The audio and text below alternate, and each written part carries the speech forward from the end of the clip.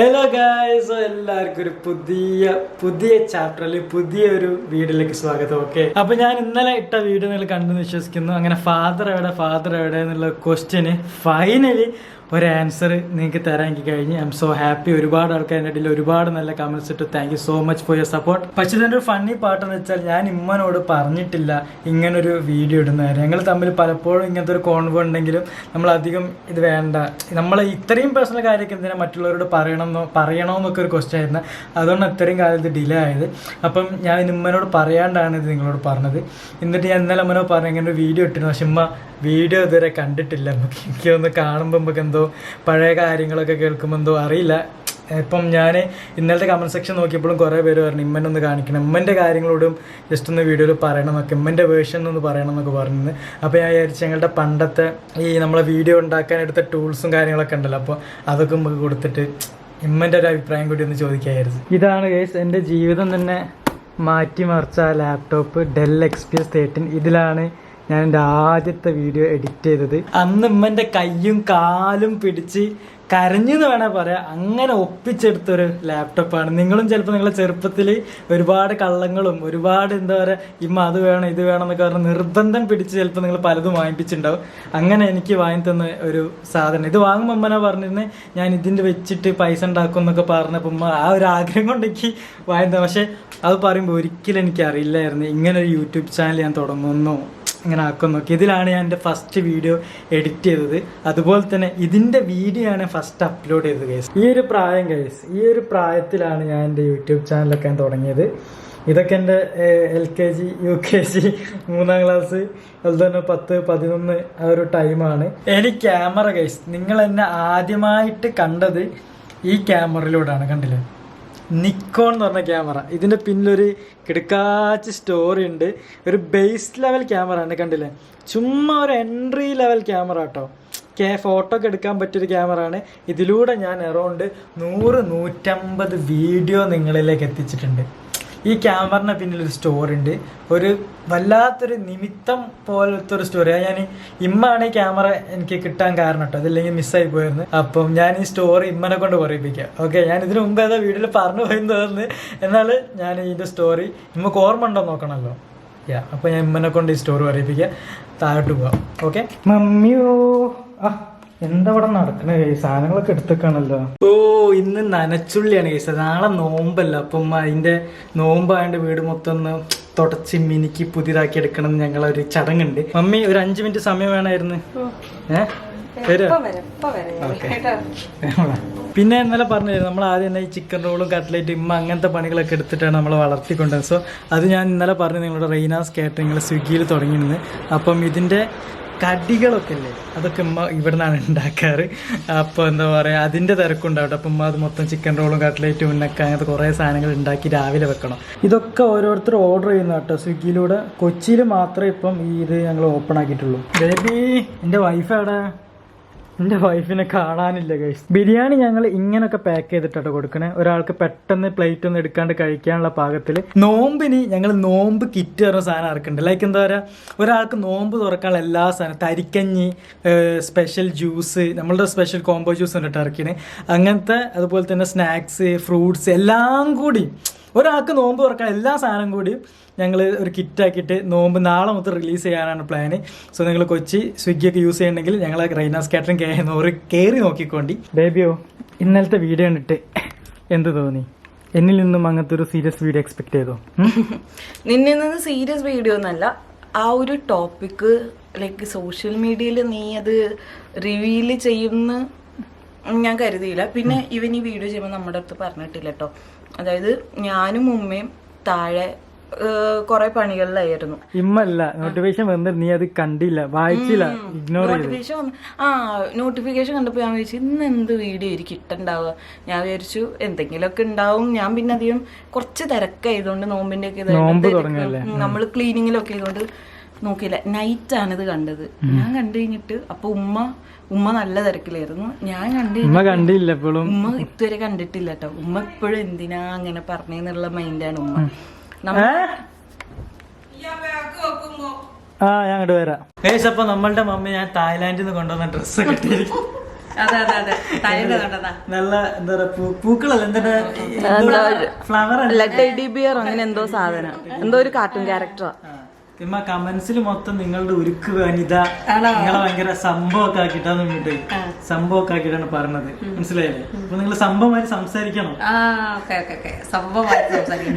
ആദ്യം ഞാനൊക്കെ ഇത് തരാം. നിങ്ങൾ എന്റെ വീഡിയോ കണ്ടില്ലേ? ഞാൻ ഇന്നലെ ഇട്ട വീഡിയോ ഞാൻ കുറച്ചപ്പം കാണിച്ചു കൊടുത്തിട്ടാ എന്താ സംഭവം.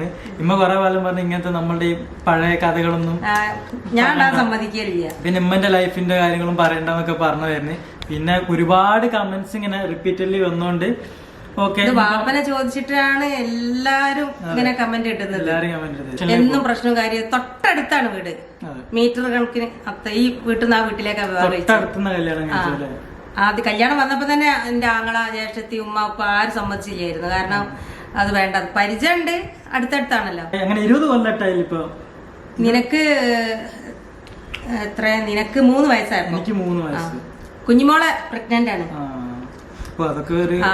പിന്നെ അത് കുറച്ച് കഴിഞ്ഞ ശേഷം ഒന്ന് നന്നായി സൗന്ദര്യപ്പണൊക്കെ റെഡി ആയിരുന്നു. പിന്നെ വീണ്ടും അത് അതിലും കൂടുതൽ ഇഷ്യൂസ് ഒക്കെ ആയി. കുഞ്ഞുമോൾക്ക് ഓർമ്മയില്ല അല്ലേ? അല്ല, പിന്നെ എപ്പോഴും കാണൂല, അടുത്തല്ലേ. ഇപ്പൊ നാളെ തന്നെ നമ്മള് പോയാലും കാണും. ഞങ്ങളെ നാട്ടിലത്തെ വീടിന്റെ അടുത്താണ് എന്റെ ഹസ്ബൻഡ്. അവിടെ എല്ലാരും ഫാമിലി എങ്ങനെയാണ്. പിന്നെ അവർക്ക് ഇപ്പൊ ഫാമിലിയും കുടുംബമൊക്കെ ആയിട്ട് അവർ അവരുടെ ജീവിതം ജീവിക്കും, നമ്മൾ നമ്മളുടെ ജീവിതം. പിന്നെ നമ്മൾ എന്തിനാ അതിലേക്ക് ഇതിന്റെ സ്റ്റോറി ഇമ്മ പറഞ്ഞുതരട്ടാ. ഇമ്മ നല്ലോണം പറയും, ചെറിയ സിമ്പിൾ ആക്കി പറയും. Ready 1 2 3 action. ഇതിന്റെ സ്റ്റോറി പറഞ്ഞാല് 2017 നവംബർ 28-ന് യൂട്യൂബ് സ്റ്റാർട്ട് ചെയ്ത്. ചെയ്യുന്ന മുന്നേ കുഞ്ഞുമോനോട് പറഞ്ഞിട്ടുണ്ട്, ഉമ്മ നമ്മളെ ജീവിതം തന്നെ മാറ്റി മാറി ഇങ്ങനെ ഇത് അതിനുവേണ്ടി കുറച്ച് കാശ്യങ്ങൾ ഇത് ആഡ് ചെയ്യണം, എനിക്ക് അത് വേണം ഇത് വേണം എന്നൊക്കെ അപ്പം പറയും. പക്ഷെ ഞാൻ തരാന്ന് പറയുമ്പോൾ ഇവനെ ഒഴിഞ്ഞു മാറും. ഇവൻ എന്തോ ഒരു പോലെ എന്റെ അടുത്ത് ഉണ്ടോ എന്നുള്ളൊരു തോന്നല്. അതുകൊണ്ടല്ല ഞാൻ ചെയ്യാൻ പോകുന്ന കാര്യത്തിൽ അറിവില്ല. അപ്പൊ ഞാൻ പറയാം എന്നാ വേഗം പോവാ. അത് കേട്ടപ്പോ എനിക്ക് തന്നെ ഒരു ഇത്, എന്നാ ഞാൻ തരാം, അത് ചെയ്യാനുമ്പോ വേണ്ടമ്മ. അപ്പൊ അങ്ങനെ ഇവനെ ഒഴിഞ്ഞു വരും. പക്ഷെ ഞാൻ ഇവനെ പിടിച്ച് കൊണ്ടിപ്പോ നമ്മളെ കാലിക്കറ്റ് ടൗണിലേക്ക് കൊണ്ടുപോയിട്ട് ഇവന് വേണ്ട എല്ലാ സാധനവും അങ്ങോട്ട് വാങ്ങി കൊടുക്കും. എന്താ വേണ്ടേ അപ്പം പറയും, അവൻ വരട്ടെ, എന്റെ ഫ്രണ്ട് വരട്ടെ, അവനെ വെയിറ്റ് ചെയ്യണ്ടെന്നുണ്ട് ഞാൻ എല്ലാം വാങ്ങി കൊടുക്കും. എനിക്ക് ഒരു അറിവില്ല ഇതിനെ പറ്റി. പക്ഷെ ഇത് മാത്രം. അപ്പൊ ഇവൻ റെന്റിനെടുക്കും. പുതിയ ക്യാമറ എടുക്കണം 30,000-40,000. പക്ഷെ അതിന് വലുതൊക്കെ നമ്മളെല്ലാ സാധനം വാങ്ങിന്. പക്ഷെ ഇവൻ ഇത് എന്നോട് പറഞ്ഞില്ല ക്യാമറ വേണമെന്നുള്ളത്. ഇവൻ എന്നും ഒരു ക്യാമറ കൊണ്ട് വീഡിയോ എടുത്ത് ഓടിന കാണാം. ഇപ്പൊ ഒരു ദിവസം ഞാൻ കണ്ട്, ഒരാഴ്ചത്തോളം അങ്ങനെയായിരുന്നു. റെന്റിനെടുക്കുകയാണ്. ഇത് എന്നോട് വിവരം പോലെ പൈസ ഞാൻ തന്നെ കൊടുക്കണേ. പക്ഷെ ഇവൻ ഒരു ദിവസം ഓടുന്നുണ്ടപ്പോ ഞാൻ ചോദിച്ചത് എന്താ, അപ്പം പറഞ്ഞു ഇത് റെന്റിന് കൊടുത്ത ടൈമായി.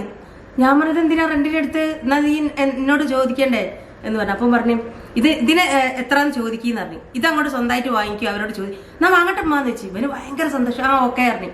അങ്ങനെ പോയപ്പോ അന്ന് ആ ചെങ്ങായി ക്യാമറ വിൽക്കാൻ വേണ്ടി ഇത് എന്നോട് പറയുന്നില്ല. ഞാൻ ഈ ക്യാമറ അവർക്ക് കൊണ്ടു കൊടുത്തു റെന്റ്. അന്നത്തെ ട്രെൻഡ് കഴിഞ്ഞ് കൊണ്ടുകൊടുത്ത 250 രൂപ ഒരു ദിവസം റെന്റ്. അപ്പൊ അവൻ എന്നോട് പറഞ്ഞു, എടാ നാളെ മുതൽ ക്യാമറ ഉണ്ടാവില്ല, അത് കൊടുക്കുക. അപ്പൊ പറയും ഇതിപ്പോ ഇടിയൊട്ടിനെ പാവം പഠിച്ച ഞാൻ വാങ്ങാൻ. അപ്പൊ അവന് 8,000 രൂപ 8,000 രൂപ 8,000 ആണോ 15 അപ്പൊ എനിക്ക് ഓർമ്മല്ല. അപ്പൊ ആ ചെങ്ങായി ഇപ്പൊ അവിടെ ആയിരിക്കില്ല, അത് ആരായിരുന്നില്ലേ എനിക്കറിയില്ല. ഞാൻ അന്ന് ഈ ഓടുന്ന കണ്ടപ്പോ ചോദിച്ചതാ. 100 രൂപക്ക് ഇതങ്ങ് വാങ്ങി.